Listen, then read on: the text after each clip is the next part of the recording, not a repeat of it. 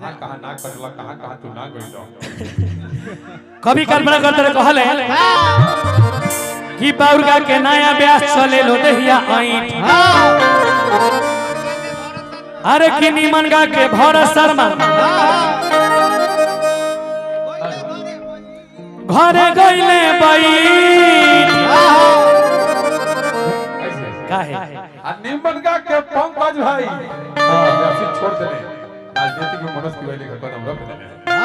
शुरुआत होगा मुखिया से यह गाड़ी दिल्ली तक जाके रुकेगी पार्लियामेंट में जाएगी कि बाउरगा के नया ब्याह चले लो दहिया आई कि निमन गा के भरत शर्मा अरे घरे गइले बई काहे काहे काहे काहे कि बाउर से निमन आती भोजपुरी बाती हो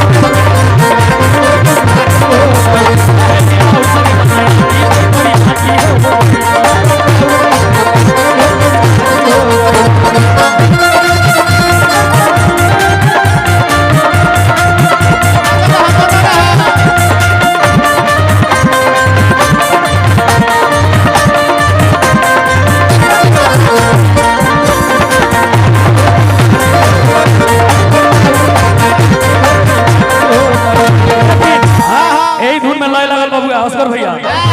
चैत महीना बा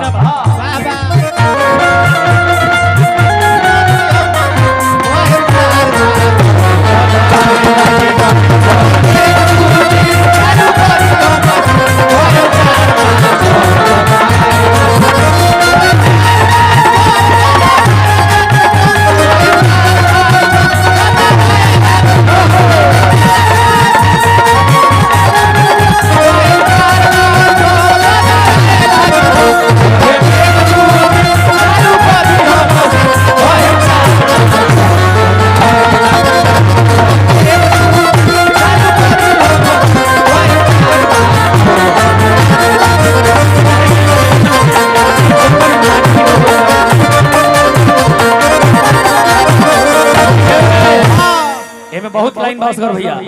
मोटा भाई लेकिन एक लाइन कहेगा अंत में कि गीत गौनाई के जोड़ा ना लागल लेके पीस ब्यास 65 साल का हो गए बड़े लेकिन आज उनकर एक प्रोग्राम खाली ना रहे महीना के 30 गो प्रोग्राम बनेले एक दिन में 4 गो एक महीना के एको दिन बैठक ही नहीं खे कि गीत गौनाई के जोड़ा ना लागल लेके पीस ब्यास आ गुरु हमें हमार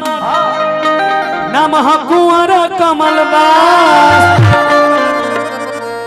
कमलबास कुंवर एगो उहे सन ब्यास बने 3-4 दशक पहले से लेकर अभी तक लगाते बड़े कि गीत गौनाई के जोड़ा ना लागल लेके पीस ब्यास आ गुरु हमें हमार नाम ह कुंवर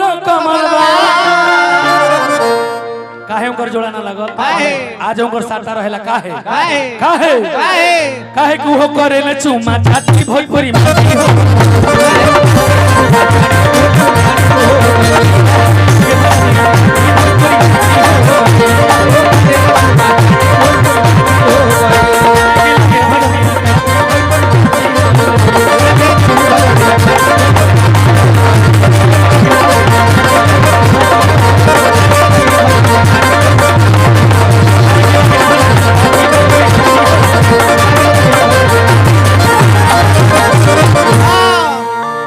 एगो भोजपुरी के प्रतिष्ठा खातिर तनी जोरदार ताली बजा दीजिए सब लोग और यहाँ से कार्यक्रम का रुख चेंज कीजिए तो बेहतर होगा।